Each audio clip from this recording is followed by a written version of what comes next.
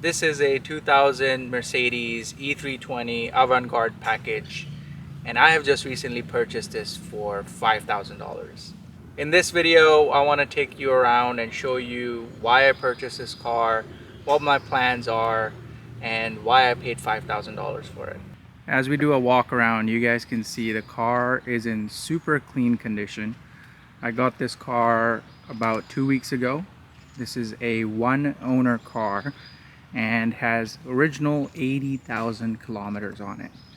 Usually these cars are famous for having rust on them, and this car has zero rust.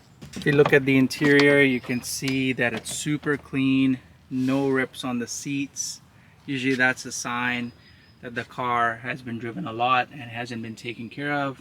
But if you look at it for the year this car is, look how clean the dashboard and everything is. Now, originally I wasn't really looking for an E320 or a Mercedes for this era, but the goal was, the criteria was to buy a second car. This is not my primary car, as a project car, something that I could buy cash, that I don't have to have a car payment for, and I could work on it here and there, because usually when you buy a newer car you can't really do much to it. So I wanted something that I could tinker with, you know, change a few things to it, maintain it myself, and really have it as like a DIY car. And I was looking on Facebook Marketplace, and you know, there were some other cars that were there, but this came up and the guy was asking $4,650 for it. The deal sounded too good to be true. I quickly jumped on it and I asked him to see the car. The guy told me to come in 2 days and come check out the car. So I was patiently waiting, couldn't really wait to go and check out the car. But the night before I was gonna go see the car, I saw the Facebook message on the listing saying it's pending, which means that somebody has offered him and he has accepted the offer. So I couldn't sleep. First thing in the morning, I messaged him and I said, hey, this is like 5-6 o'clock in the morning, and I said, hey, what's going on with the car? I was gonna come see it, possibly buy it.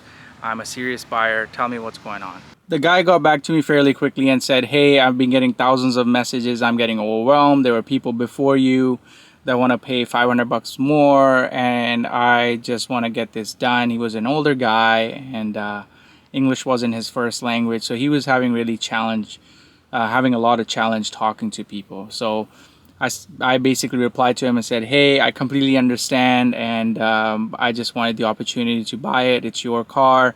I can rest assured that it will go to a good home, it will be taken care of, it will be driven. And then he messaged me and said, hey, give me a call. So I called him, told him the whole story, and basically he said that, you know, he's getting old, he's turning 80. This is actually a car he was taking care of from his friend. His friend is a business owner. And we'll talk about the history of the car a little bit later. But now that he's getting old and he doesn't have space to take care of these cars, he would like to slowly get rid of them and give them to people who are actually going to take care of it. We went back and forth, and he said, okay, if you're going to match the deal the other guy is giving, and you show up early and give me a deposit right now, you can have this car. I'd rather have this go somewhere that's going to get driven. This one guy was buying it for his son, who's going to practice driving on this car. It would have destroyed this car, so he said no to them. They got really angry. An auction trailer showed up and said, hey, this car is going to go to auction because this is collector ready. All it really needs is stereo change, and you can put a collector plate on it. Then he said no to them, and they got really angry. He said, we'll give you extra money, but he said, no, I want this to go to a home where it'll actually be appreciated and not just made money off of. And I want this to stay within the city so I can get to see it if I could ever have the opportunity to. So long story short, I gave him a deposit. I just woke my wife up. I said, we gotta go check out this car and possibly buy it. Got there early in the morning and, you know, did the paperwork, and I got this car. Before I go around and show you what the plans are for this car, I want to give you a quick montage and show you the current state of this car.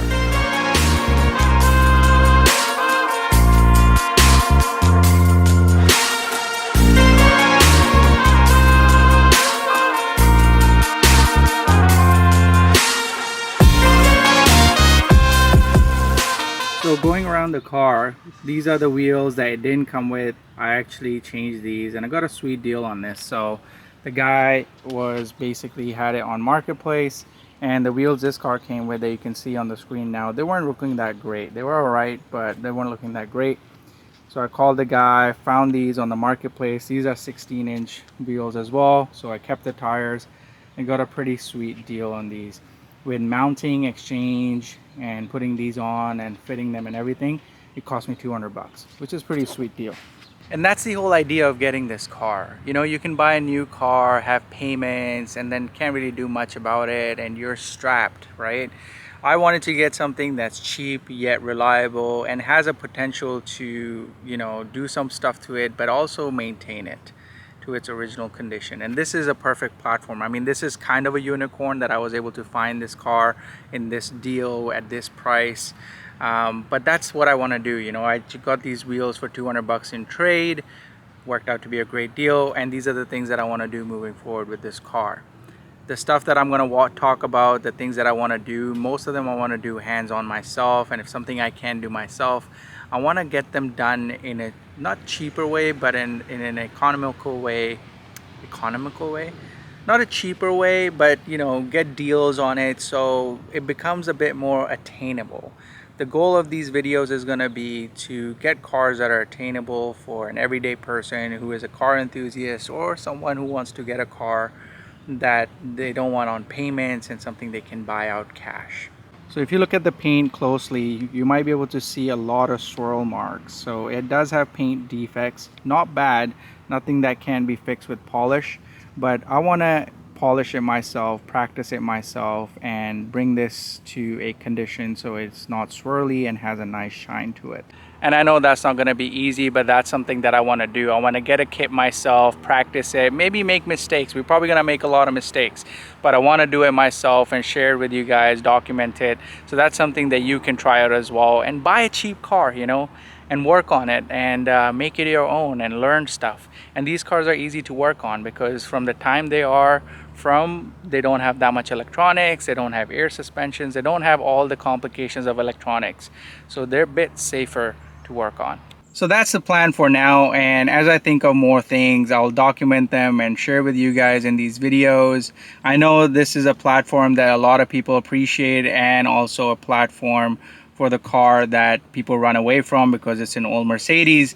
So it'll be really good to document what it looks like day to day driving this car. I do have another car that's our family car, but most of the time I'm going to be driving this car. So it will be a really good example of what it looks like to drive and maintain a 24-year-old Mercedes as a daily driver. It's a really hot day in Vancouver. As you can see, I'm melting. So I'm gonna sign off. And if you like to see more content on this car and other car related content, then do subscribe to the channel. It helps a lot, motivates me to make more videos. And comment down below what you would like to see about this car, what you would like to know more about it, and I will share the details of it in the next one. Until next time, take it easy. Peace.